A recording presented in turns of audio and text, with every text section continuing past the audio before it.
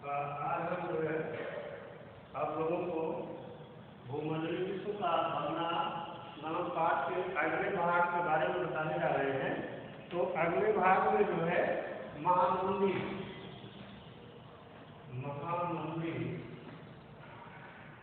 विश्व के बाद और दूसरे विश्व के बीच में दुनिया में एक महामंदी का दौर आया और उस महामंदी के कारण क्या थे?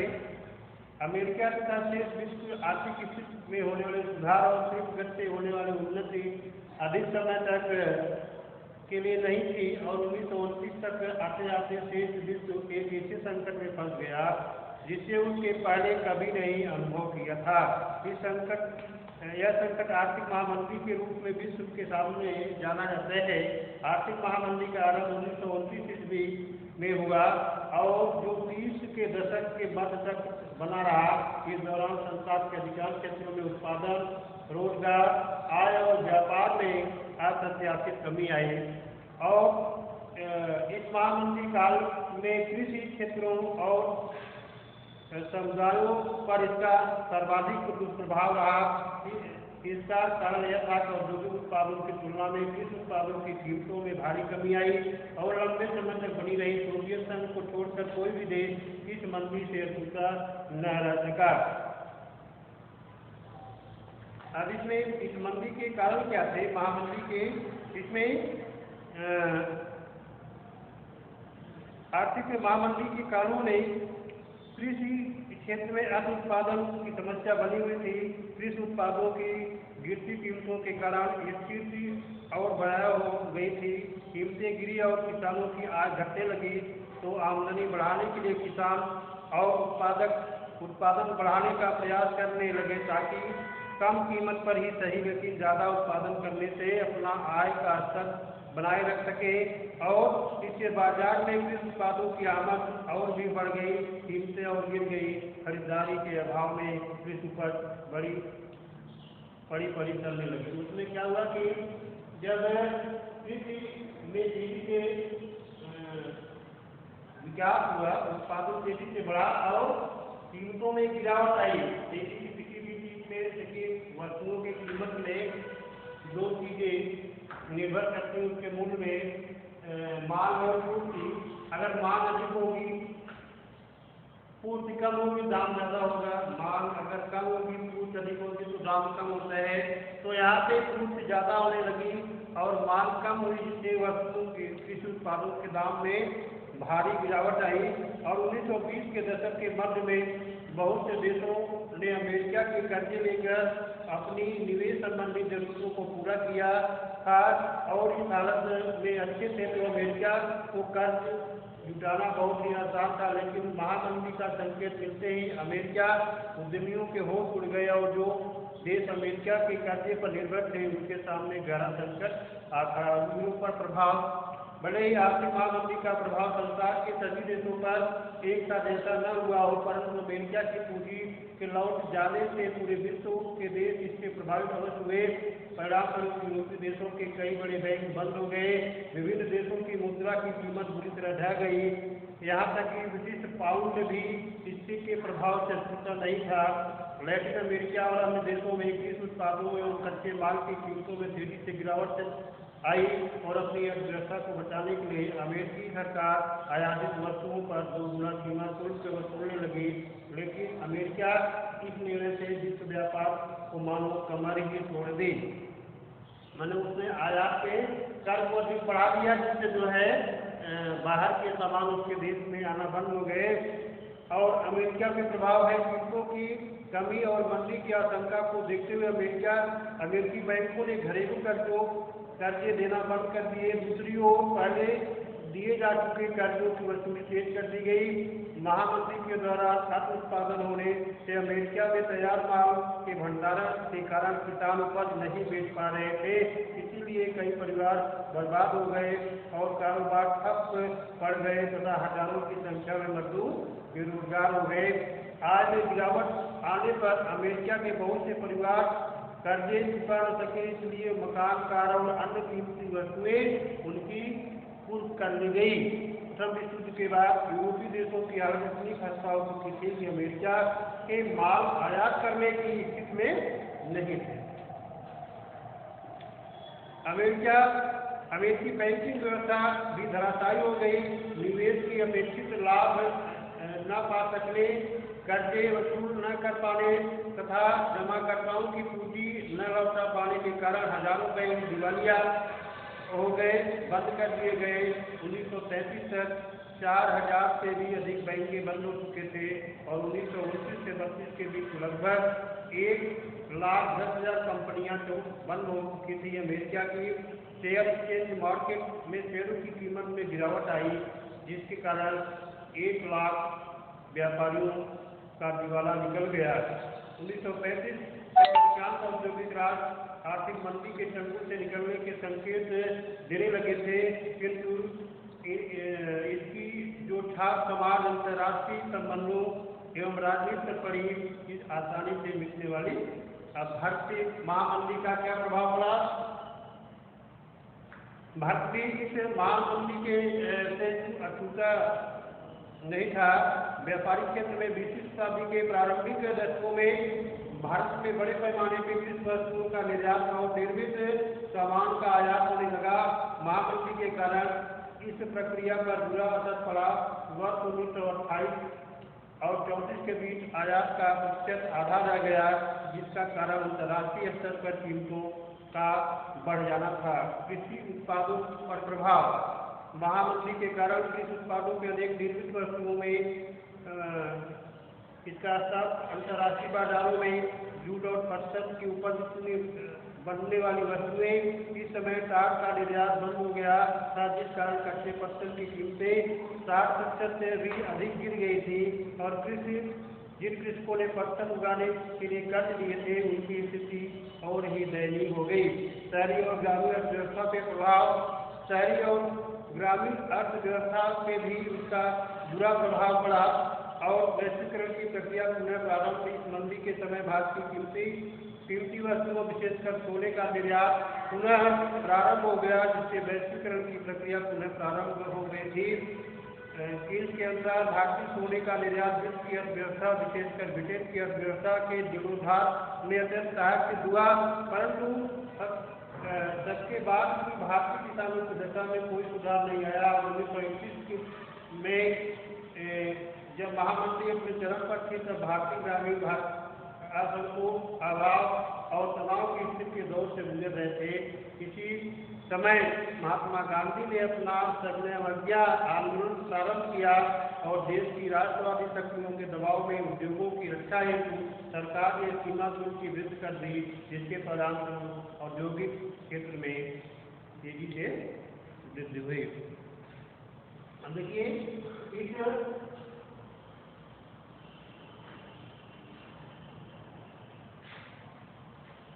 इस जो है महामंदी का जो दौर, महामंदी के दौर के बारे में बताया गया कि प्रथम विश्व युद्ध के बाद लोगों की क्रय शक्ति कम हो गई। क्रय शक्ति कम होने के कारण जो है उत्पादन में तेजी से वृद्धि हुई और उत्पादन वृद्धि के कारण जो है वह बिक नहीं पाई, चाहे वह कृषि उत्पाद हो चाहे वह औद्योगिक उत्पाद हो, तो वह उत्पाद जब उनके बिक नहीं पाते थे तो धीरे धीरे जो है वह उत्पादित जैसे कृषि क्षेत्र हो या उद्योग हो धीरे धीरे बंद होने लगे और उससे जो है उसमें काम करने वाले लोगों बेरोजगारी की समस्याएं बढ़ गई और जब बेरोजगारी की समस्याएं बढ़ने लगी तो धीरे धीरे स्थिति और ही भयावह होती चली गई। तो इसी कारण जो है फिर उसके बाद पुनर्निर्माण, विश्व अर्थव्यवस्था का पुनर्निर्माण माने फिर अर्थव्यवस्था में सुधार धीरे धीरे हुआ और उसके बाद इस अर्थव्यवस्था में सुधार होने के बाद 1939 में द्वितीय विश्व युद्ध प्रारंभ हुआ और द्वितीय विश्व युद्ध के विनाशकारी जो परिणाम है उसके बारे में हम आपको बताने जा रहे हैं कि यूरोपीय राष्ट्रों में गुटबंदी शुरू हो गई और उसमें दो गुट बने, एक बुरी राष्ट्रों का गुट और एक मित्र राष्ट्रों का गुट। तो महामंदी से निपटने के लिए एडोल्फ हिटलर जो जर्मनी का तानाशाह था उसने नाजीवादी पार्टी का गठन किया, जर्मन वर्कर्स पार्टी, तो उसने हथियारों के उत्पादन को तेजी से बढ़ाना शुरू किया और वह हथियारों को बेचकर जर्मनी की अर्थव्यवस्था को जो है बहुत मजबूत कर लिया। और अर्थव्यवस्था को मजबूत करने के बाद वह जो है अपनी सीमा, अपने विस्तार, मतलब उसकी महत्वाकांक्षा है कि मैं पूरी दुनिया में राज करूंगा, और उसने उस महत्वाकांक्षा के कारण उसने जो है पूरी दुनिया पे राज करने की इच्छा से उसने जो है अपने पड़ोसी देशों पे वह आक्रमण करना शुरू कर दिया। तो अब इसमें भूरी राष्ट्रों में तीन देश थे, जर्मनी, इटली और जापान, और मित्र राष्ट्रों में ब्रिटेन, सोवियत संघ, फ्रांस और अमेरिका थे। तो यह द्वितीय विश्व युद्ध जो है इसके क्या परिणाम निकले, अब इसमें जान माल के पास हानि हुई। इसमें कई करोड़ लोग, इस विश्व युद्ध में कई करोड़ लोग मारे गए, कई करोड़ लोग घायल हो गए, कितने लोग भूख से तड़प तड़प के मर गए, और कितने शहर जो है नष्ट हो गए। पूरी विश्व की जो है व्यवस्थाएं जो है चरमरा गई। हथियारों की होड़, परमाणु बम जैसे बड़े भयानक हथियार प्रयोग किए गए। मैंने इस युद्ध में पहली बार परमाणु हथियारों का प्रयोग किया गया, और इसमें इसका जो है हिरोशिमा और नागासाकी पे उसका प्रभाव काफी दिनों तक दिखाई दिया। साम्राज्यवादी देशों का कमजोर हो जाना, इस विश्व युद्ध के बाद जो है साम्राज्यवादी जो देश थे वह कमजोर हो गए, और दुनिया के तमाम देश धीरे धीरे आजाद हो गए। संयुक्त राष्ट्र संघ की स्थापना इस युद्ध को भविष्य में और युद्ध न हो, इस युद्ध को रोकने के लिए, भविष्य युद्धों को रोकने के लिए अंतर्राष्ट्रीय संगठनों के प्रयास से जो है एक नया संगठन बनाया गया, जिसको संयुक्त राष्ट्र संघ कहा गया। इसके बाद फिर है युद्धों उत्तर बंदोबस्त और ब्रिटेन वुड्स संस्थान। तो युद्ध के बाद भी जो है फिर से व्यवस्था को चुस्त दुरुस्त बनाने के लिए दोनों महायुद्धों को बीच मिले आर्थिक अनुभव को देखते हुए अर्थशास्त्रियों के राजनीतिकों ने दो अहम सबक निकाले। पहला सबक यह था कि बृहद मजदूर पर आधारित किसी औद्योगिक समाज का व्यापक उपभोक्ता के बिना कायम नहीं रखा जा सकता है। इसलिए जो है उन्होंने एक नए सिस्टम को जन्म दिया, ब्रिटेन वुड्स समझौता तथा विश्व बैंक और IMF ब्रिटेन वुड्स की जुड़वा संतानों के रूप में। तो युद्धोत्तर अंतर्राष्ट्रीय आर्थिक व्यवस्था के मुख्य उद्देश्य को ध्यान में रखकर जुलाई 1944 में अमेरिका में स्थित न्यू हैम्पस में ब्रिटेन वुड्स नामक संस्थान पर संयुक्त राष्ट्र मौद्रिक एवं वित्तीय सम्मेलन की सहमति बनी थी, और ब्रिटेन वुड्स के सम्मेलन में अंतर्राष्ट्रीय मुद्रा कोष, इंटरनेशनल मॉनेटरी फंड, IMF तथा अंतर्राष्ट्रीय पुनर्निर्माण एवं विकास बैंक, विश्व बैंक, वर्ल्ड बैंक का गठन किया गया, जिसे ब्रिटेन वुड्स की जुड़वा संस्थान कहा जाता है। इसका उद्देश्य सदस्य देशों के विदेशी व्यापार में लाभ और घाटे को निपटना तथा दूसरी विश्व युद्ध के पश्चात पुनर्निर्माण के लिए धन जुटाना था। इन संस्थाओं ने औपचारिक रूप से 1947 में कार्य करना प्रारंभ किया, जो आज तक अपना काम बखूबी से कर रही हैं। इस आधार पर द्वितीय विश्व युद्ध के पश्चात की गई अंतर्राष्ट्रीय आर्थिक व्यवस्था को प्रायः ब्रिटेन वुड्स व्यवस्था के नाम से जाना जाता है। अंतर्राष्ट्रीय मौद्रिक व्यवस्था राष्ट्रीय मुद्राओं और मौद्रिक व्यवस्थाओं को एक दूसरे से जोड़ने वाली व्यवस्था ब्रिटेन वुड्स व्यवस्था निश्चित विनिमय दरों पर आधारित है। इस व्यवस्था में राष्ट्रीय मुद्राएं, भारतीय मुद्रा, रुपया, डॉलर के साथ एक निश्चित विनिमय दर में बंधा हुआ था। डॉलर का मूल्य भी सोने से बंधा हुआ था। एक डॉलर की कीमत 35 औंस सोने के बराबर निर्धारित की गई थी। और ब्रिटेन वुड्स व्यवस्था में पश्चिमी औद्योगिक देशों और जापान के लिए व्यापार और आमदनी के आशातीत बढ़ोतरी का मार्ग प्रशस्त कर दिया, जिसके तकनीकी और उद्यम विश्वव्यापी विस्तार हुआ। और इन संस्थाओं के निर्णय प्रक्रिया के पश्चिम में औद्योगिक देशों पर नियंत्रण रखना था, और इन देशों में अमेरिका के पास विश्व बैंक और IMF में किसी भी निर्णय को वीटो रखने का अधिकार है। विश्व व्यापार का विकास 1950 से 1970 का जो है वो विश्व व्यापार विकास का है। तो इसमें 1950-70 के बीच विश्व व्यापार की वार्षिक विकास दर 8% से भी ज़्यादा रही। माने किस तरह से विकास दर किया जाए, औपनिवेशीकरण की स्वतंत्रता, विकासशील देशों की अध्यक्षता और ब्रिटेन और फ्रांस का नियंत्रण, विश्व के तत्कालीन अल्प विकसित राष्ट्र उपनिवेशों के रूप में पश्चिमी साम्राज्यवादी देशों से अधीनस्थ थे। विडंबना यह थी कि नव अधीनस्थ देशों के रूप में अपने देश की जनता को गरीबी और पिछड़ेपन के घर से बाहर निकालने के लिए उन्हें अंतर्राष्ट्रीय संस्थाओं की सहायता लेनी पड़ी, और जिनपे इन्हीं साम्राज्यवादी देशों का वर्चस्व था। इस प्रकार औपनिवेशीकरण के बहुत साल व्यतीत हो जाने के बाद विभिन्न नव स्वाधीन देशों की अर्थव्यवस्था पूर्ववत रही।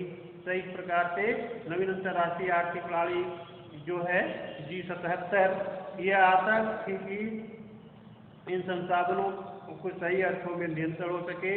माने इस तरह से विश्व व्यवस्था को निपटाने के लिए जो है, विश्व व्यवस्था को और सही करने के लिए जो है अंतर्राष्ट्रीय स्तर पे एक प्रयास किए गए।